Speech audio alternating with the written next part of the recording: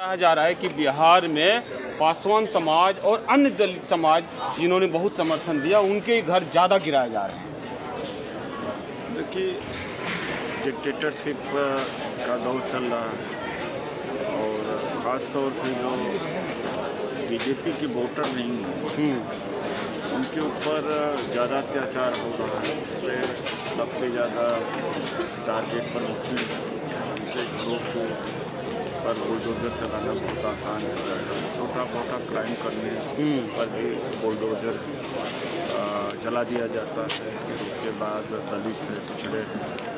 और बिहार में वास्तव में जो कहा जाता है कि पासवान समाज के वोट ज़्यादातर एनडीए को जाते हैं, एनडीए को गया, ऐसा भी नहीं है। इस बार चीटिंग हुई है तो इसलिए पता नहीं लग पा रहा है। लेकिन जो मेरी सूचना है कि पासवान समाज भी काफ़ी बड़ी संख्या में इंडिया गठबंधन को दिया था। लेकिन जो जाति के नेता हैं, पासवान समाज के नेता हैं, वो क्या कर रहे हैं? तो पासवान समाज को और दलित समाज को और जो भी जनतांत्रिक लोग हैं सबको मिलकर के उनका पर्दाफाश करना चाहिए जो इस सरकार के को लाने में मदद किया है, जो इस सरकार के हिस्सा है। क्या ईवीएम जब तक नहीं आएगा तब तक आपकी समस्या का समाधान कैसे होगा?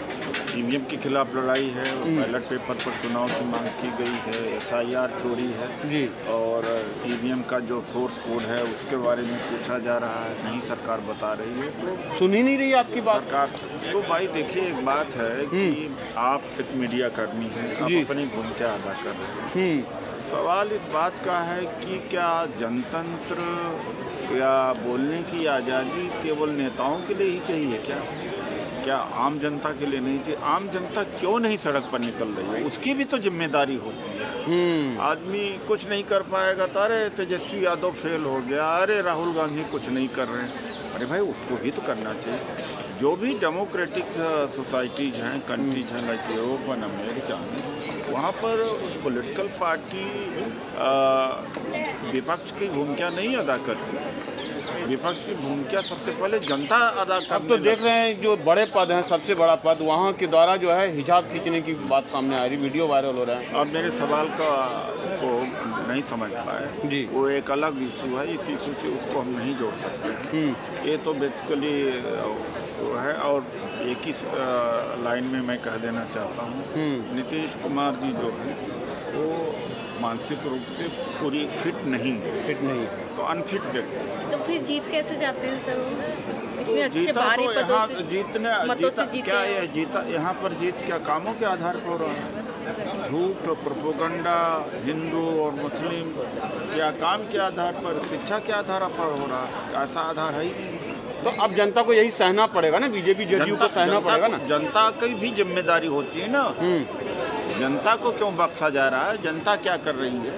उनको भी तो नेतृत्व चाहिए। नेतृत्व क्या जनता जबरदस्ती घर से उठा ले? पहले जनता निकल के आती है, सब मोबाइल पर बैठे हुए हैं। नेतृत्व को हमेशा दोष दोगे, कभी नहीं हो पाएगा। कोई जादूगर नहीं होता।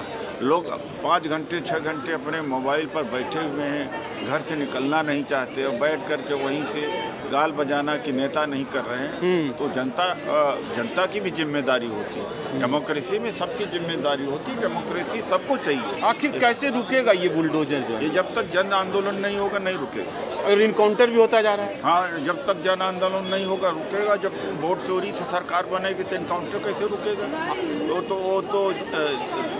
तो ये सब है।